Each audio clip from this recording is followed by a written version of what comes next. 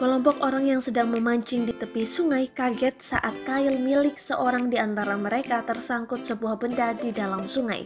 Alih-alih ikan besar yang didapat, ternyata pemancing tersebut mendapatkan sepeda motor metik berwarna putih yang masih tampak baru. Kejadian tersebut direkam oleh seorang netizen dan diunggah di TikTok oleh akun @zion77.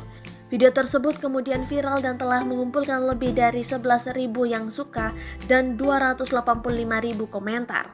Dalam rekaman video pendek tersebut, tampak sejumlah orang terjun ke sungai untuk mengangkat sepeda motor berwarna putih itu. Di video itu terlihat jelas seutas tali yang diikatkan ke sepeda motor seolah dipancing oleh sekelompok orang tersebut.